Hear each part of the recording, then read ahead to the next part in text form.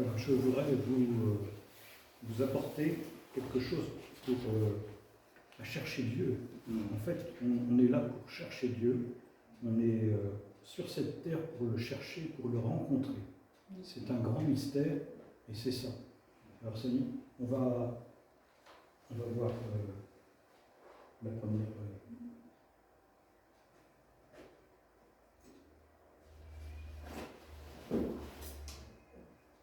C'est ça.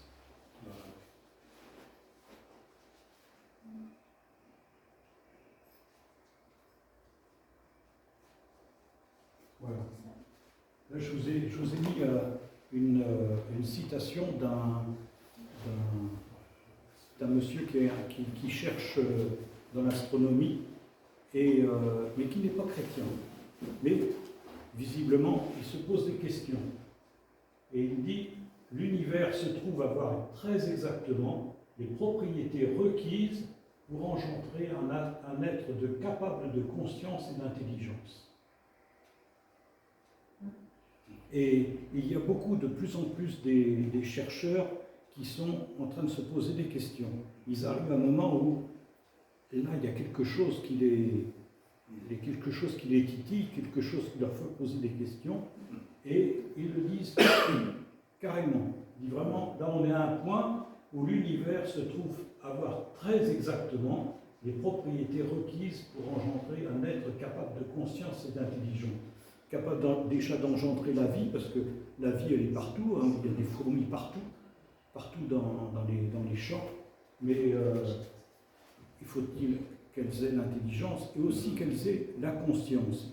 Et c'est pour ça que je pose, qu'est-ce que c'est que la conscience? On nous a créés avec des êtres de conscience, c'est-à-dire des êtres qui sont capables de se poser des questions et de se dire, mais qu'est-ce que je fais là? Et je dirais, le meilleur exemple, ce serait pour comprendre ce que c'est que la conscience, c'est de s'asseoir sur une chaise la nuit et de regarder le ciel. Parce qu'on pourrait regarder la nature, mais l'homme a tellement travaillé la nature il y a plein d'immeubles partout, des lumières. Il faut regarder le ciel, il faut regarder les étoiles, et là vous avez un spectacle incroyable, incroyable, et vous êtes là devant ce spectacle, et vous pouvez vous pincer, dire mais je suis bien vivant et je vois ça, qu'est-ce que je fais là? Qu'est-ce que je fais là? Qu'est-ce que je fais devant cette immensité, devant ce spectacle incroyable, mais qui est c'est grandiose, il n'y a pas d'autre mot. On disait tout de suite, on a chanté, hein, la grandeur de l'univers proclame son saint nom. Et c'est l'univers tout entier proclame le nom de Dieu. Et ce monsieur-là, c'est un chercheur, il a travaillé à Paris dans un observatoire, et il y a beaucoup de gens qui sont comme lui, qui se posent des questions. Il n'est pas forcément chrétien, mais il y a quelque chose qui, à force de chercher, il se pose des questions. Et vraiment, quand on est là devant l'univers, on est amené à se poser des questions et nous n'avons pas le choix, nous devons chercher Dieu. Parce que les chercheurs se disent, on a été placé en tant qu'être vivant avec la conscience, on est placé de telle façon à ce qu'on regarde la création de Dieu. Nous sommes nous-mêmes la création de Dieu, mais Dieu nous a mis de telle façon que nous sommes obligés de regarder cette création, obligés de s'interroger, et si on ne s'interroge pas, c'est que ça ne va pas.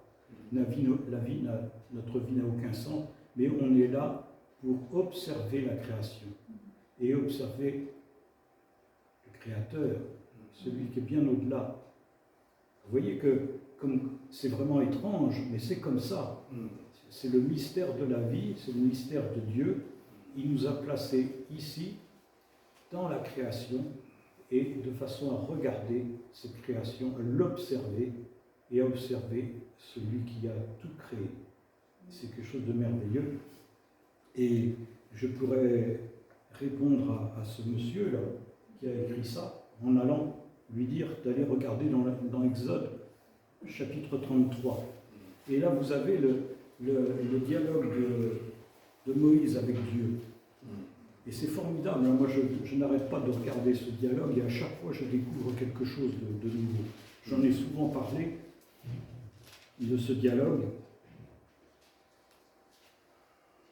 Et à partir du verset 13 dans Exode 33, c'est un peu plus loin.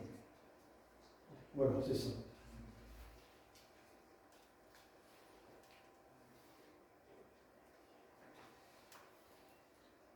Et à partir du verset 13, « Maintenant, si j'ai trouvé grâce à tes yeux, fais-moi connaître tes voies, alors je te connaîtrai et je trouverai encore grâce à tes yeux.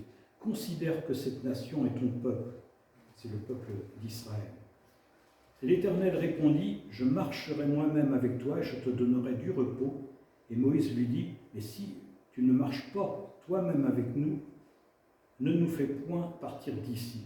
Combien sera-t-il donc certain que j'ai trouvé grâce à tes yeux, moi et ton peuple, ne sera-ce que pas quand tu marcheras avec nous et quand nous serons distingués, moi et ton peuple, de tous les peuples qui sont sur la face de la terre. » Et au verset 17, qui est affiché sur le... Vous voyez, quand je marque en bleu, c'est les paroles de Dieu.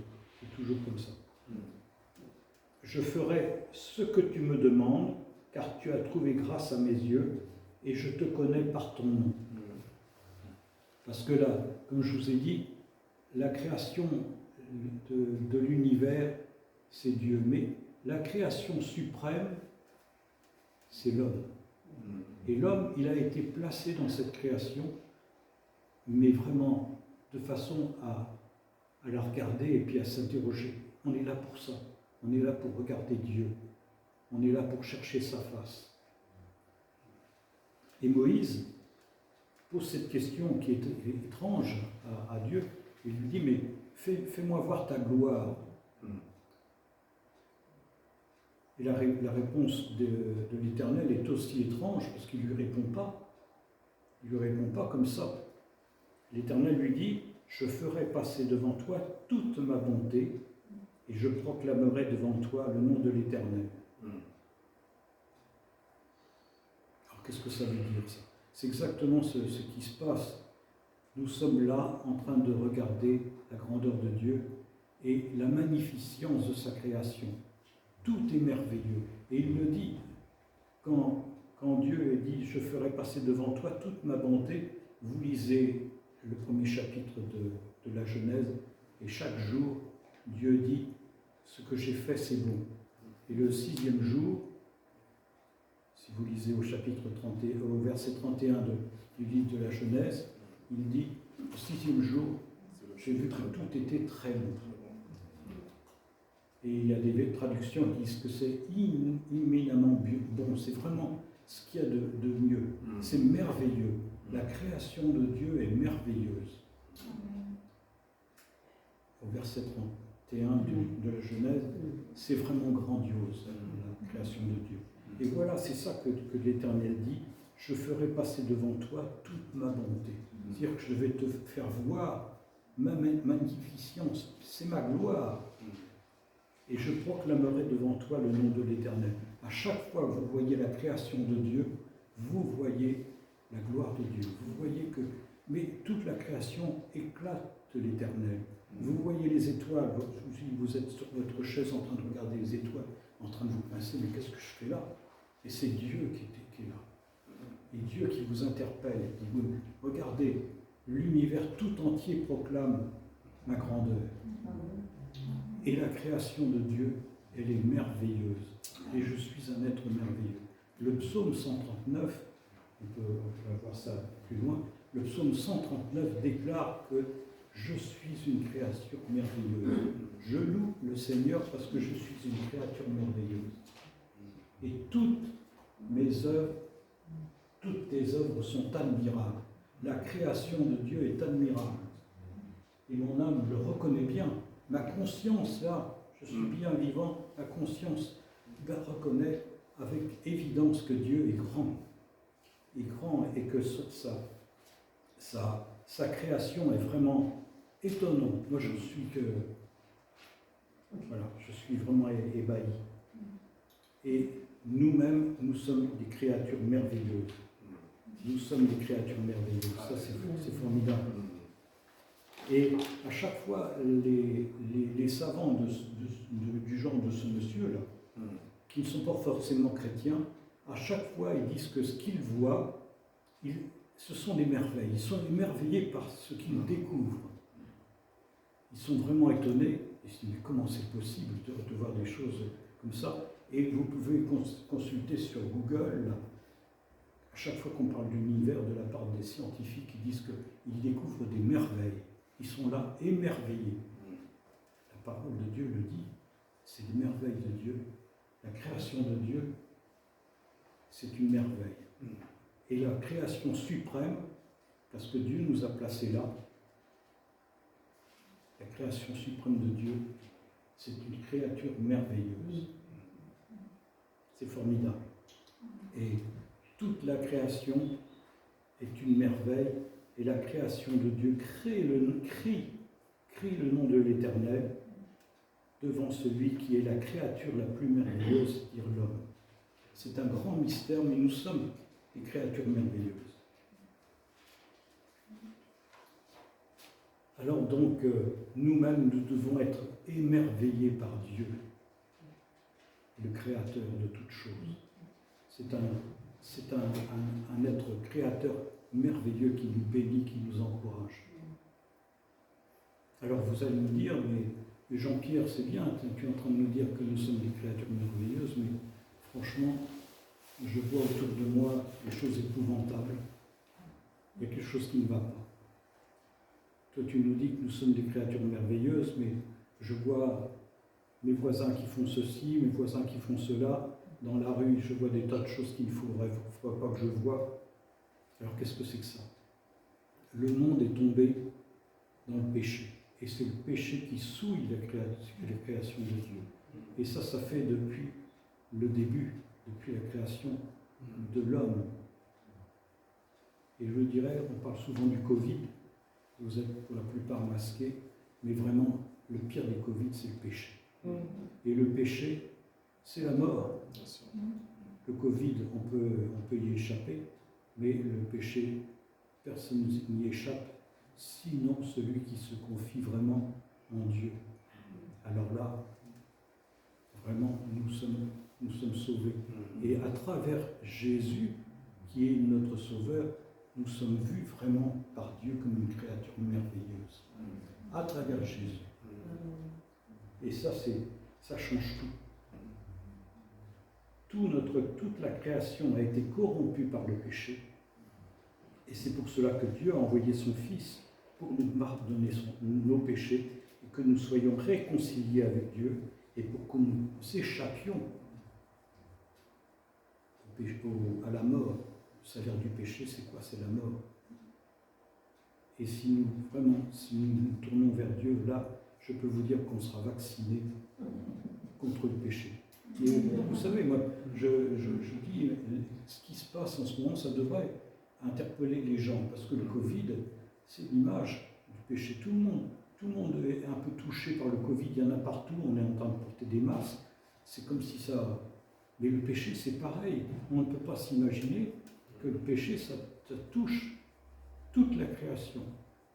On en parle de temps en temps, on se dit, mais comment ce sera au ciel? On est tellement englué dans le péché qu'on a du mal à s'imaginer la vie avec Dieu, sans péché, sans entendre des gens qui vont dire, qui vont critiquer, qui vont faire des ragots et tout. Mais c'est vrai, c'est ça le péché, tout est comme ça.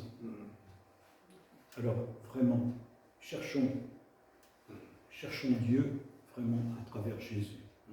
C'est vraiment notre solution. Vous voyez que les gens qui font des recherches sur l'astronomie et tout, ils vont de plus en plus, ils sont coincés. Ils arrivent à un moment où ils se disent, mais c'est pas possible, il y a quelque chose. On tourne en rond, ils regardent des choses fantastiques, ils vont jusqu'à s'approcher du moment créateur, on appelle ça le Big Bang, parce que maintenant ils savent que l'univers a eu un début et il aura une fin. Ça, ils le savent, ils en sont sûrs, c'est comme ça. Et ils se disent, mais tout ça c'est pour l'homme, pour celui qui regarde. Nous sommes un observateur, nous sommes placés comme un observateur de la création. C'est mystérieux, et c'est vrai. Nous sommes placés pour regarder celui qui nous a créés, pour le reconnaître glorieux et pour lui rendre gloire. Nous avons été créés pour la gloire de Dieu. Et je vais vous laisser 3 versets. Voilà. C'est formidable parce que tu vois bien ce que je veux dire. Vous voyez au Proverbe 16, 4, l'Éternel a tout fait pour un but. Même, il a créé même le méchant pour qu'il soit reconnu au jour du malheur. Et Ésaïe 43, tous ceux qui s'appellent en mon nom et que j'ai créé pour ma gloire, que j'ai formé et que j'ai fait, tous ceux qui s'appellent de mon nom, ceux qui sont dit, ben voilà, je reconnais Jésus comme vraiment celui qui m'a sauvé. Je les ai créés, pourquoi? Pour ma gloire. Dieu nous a créés pour sa gloire si nous le reconnaissons dans notre vie.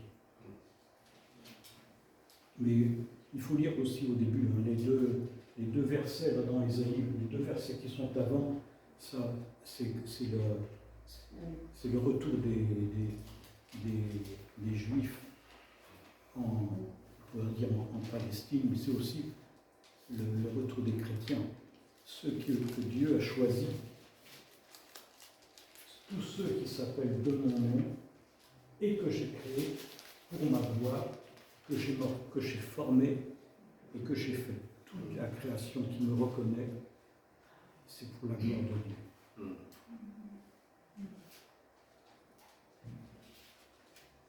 Et tout a été fait pour un but.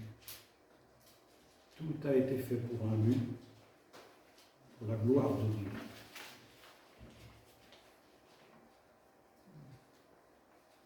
Vous voyez les versets qui sont juste avant dans Ésaïe 43. Ne crains rien, car je suis avec toi.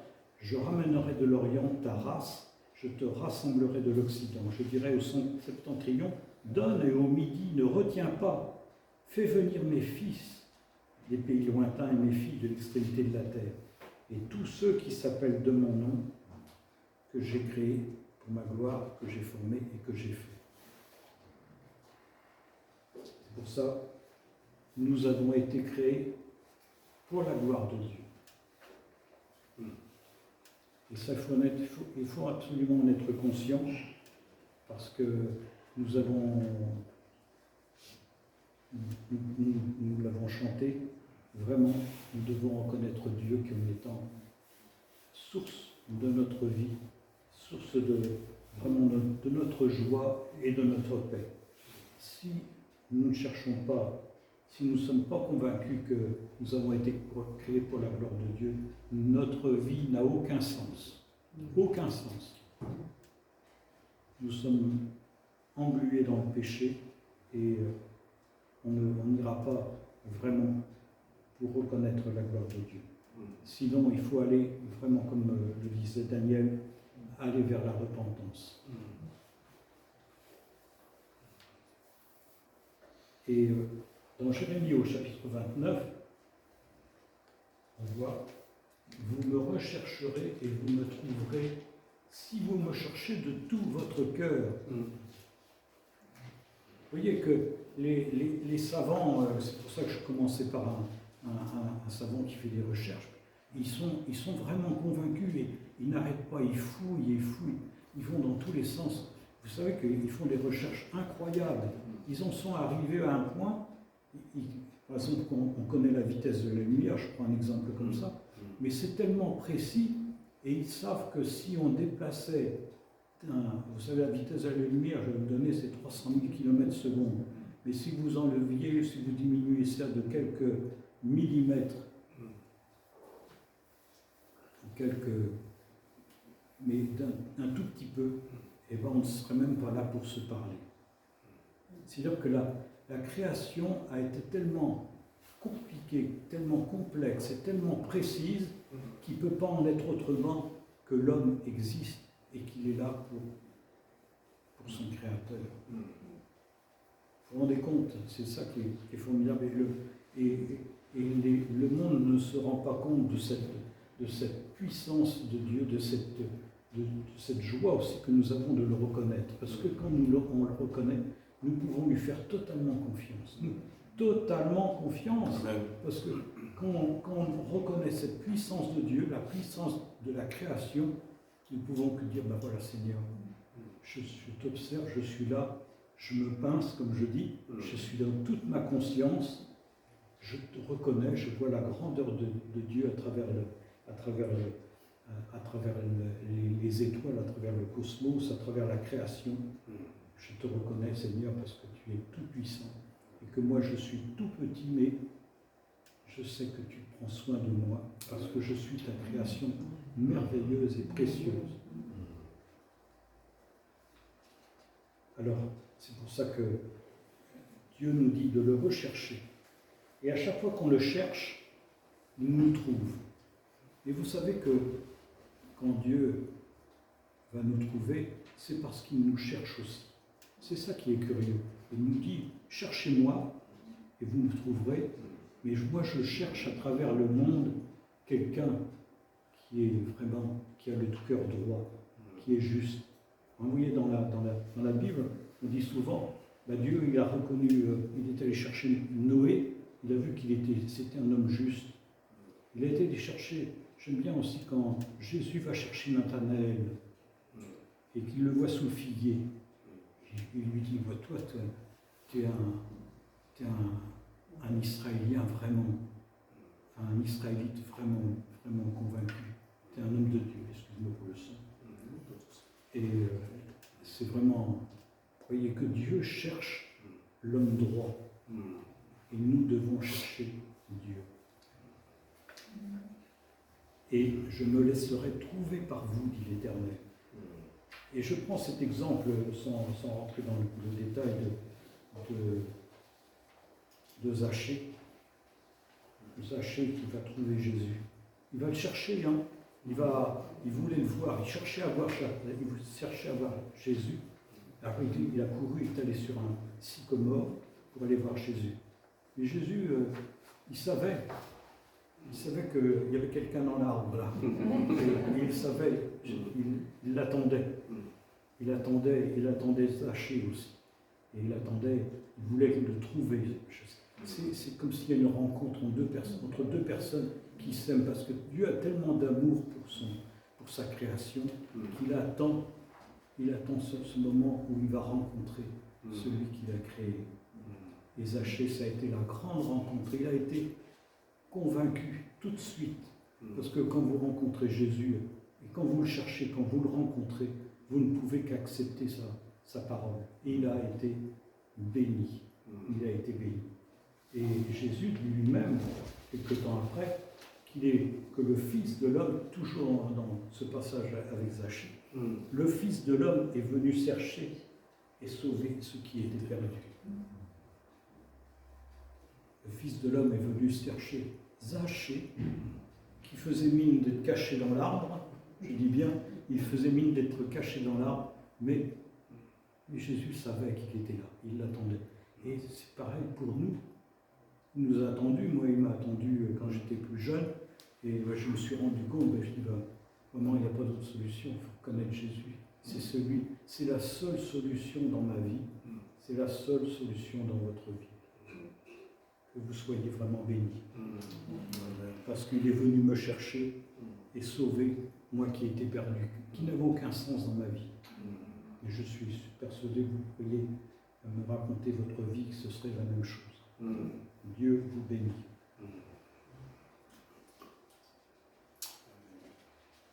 Alors, quelle est la solution pour chercher Dieu?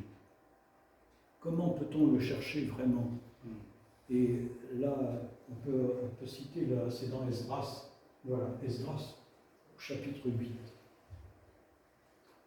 Esdras, c'est un monsieur qui a été envoyé par le roi de Babylone, qui a accepté, il dit, le peuple juif peut revenir, et je vous envoie. Et Esdras, il avait le roi de Babylone lui a dit, tu peux retourner.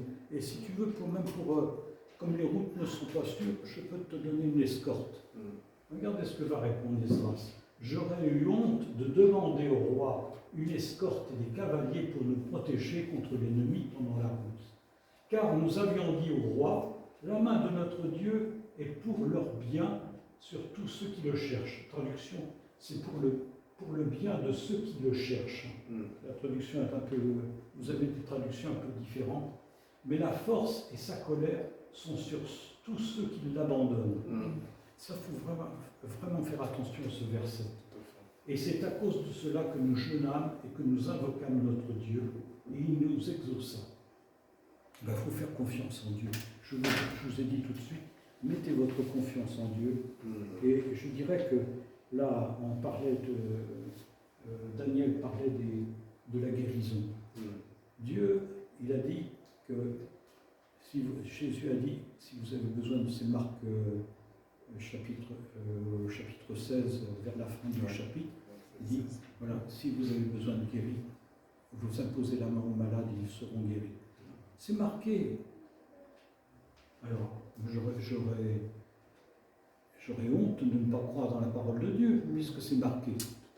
À ce moment-là, si on a besoin vraiment d'une guérison dans notre vie, mettez-nous dans le jeûne et dans la prière. Je dis, Seigneur, c'est marqué dans ta parole, j'ai besoin d'une guérison, j'ai besoin de la guérison pour mon voisin. Mon voisin ne te connaît pas, il ne te reconnaît pas, il est dans la confusion, sa vie est perdue. J'ai vraiment besoin d'une guérison, non seulement la guérison, mais qu'il se rende compte que le grand Dieu, c'est le Dieu de sa vie, et que Dieu veut venir en lui. C'est pour ça, à cause de cela, nous jeûnâmes, nous invoquâmes notre Dieu, et bien entendu, nous exauça. Et ils sont partis, sans escorte. Pas besoin, parce que Dieu est avec eux. Et Dieu leur a promis. Dieu nous a promis d'être avec nous, jusqu'à la fin des temps.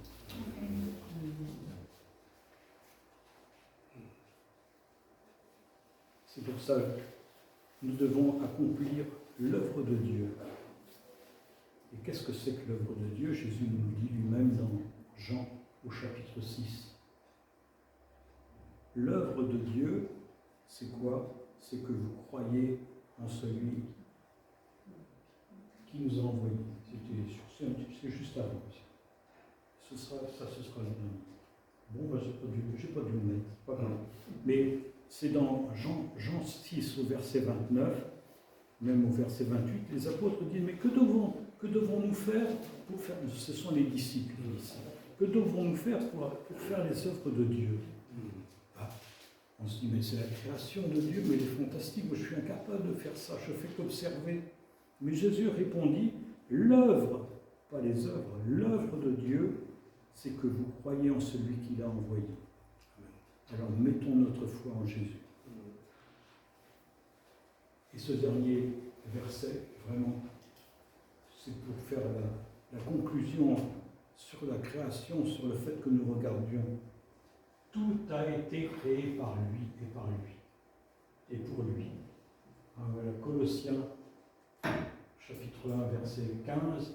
Jésus est l'image du Dieu invisible, le premier-né de toute la création, car en lui ont été créées toutes les choses qui sont dans les cieux, sur la terre, les visibles, les invisibles, trône, dignité, domination, autorité. Tout a été créé par lui et pour lui. Tout a été créé par lui et pour lui. L'univers entier a été créé pour Jésus. Nous-mêmes, créatures merveilleuses, nous avons été créés pour la gloire de Jésus. Nous avons été créés par lui et pour lui. Voilà, c'est vraiment une grande joie. Jésus est avant toute chose et toute chose subsiste en lui. Je vais m'arrêter là, je veux vraiment que vous reconnaissiez la puissance de Dieu dans votre vie. Et si vous avez quoi que ce soit, sachez qu'il est là, qu'il a la puissance formidable pour vous, pour venir à votre aide. Il vient à votre secours, il est votre soutien en toutes choses. Si vous avez besoin de quoi que ce soit, jeûnez et cherchez sa face, c'est-à-dire ses bontés, tout ce qu'il peut vous donner, cherchez-le parce qu'il vous aime plus que tout. Il est vraiment celui qui vous soutient et qui vous apporte vraiment la joie et la paix. Alors, nous allons prier pour chacun de nous. Seigneur mon Dieu, tu es le créateur de l'univers. Seigneur, même ceux qui font des recherches scientifiques qui souvent ne veulent pas te reconnaître, ils sont coincés. Il y a quelque chose qui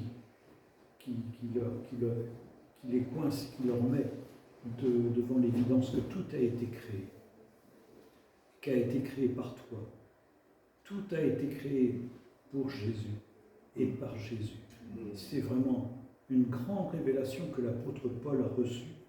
Et Seigneur Jésus, je veux vraiment te louer pour ce verset dans Colossiens, Seigneur, parce que c'est la reconnaissance que tu es celui qui est à l'origine de tout. Quand nous regardons les étoiles le soir, Seigneur, nous sommes convaincus que c'est toi qui es là. Quand je regarde ma vie, je sais que tu es là aussi, parce que c'est toi qui nous bénis, c'est toi qui nous encourage. Quand je regarde la vie de ceux que j'aime, de ceux qui sont avec toi, je sais que tu es présent. C'est pour ça que je t'apporte ceux qui ont besoin de toi, qui ne te connaissent pas encore, qui ont besoin de ton salut. Je te prie pour eux. Je te prie pour nos voisins qui ont besoin d'être guéris. Je te prie pour nos voisins qui ont besoin d'être sauvés. Seigneur Jésus, vraiment, viens-nous en aide, que tu nous bénisses, que tu nous encourages maintenant. Et que chacun de nous, ce matin, soit béni en ton nom. Amen. Amen.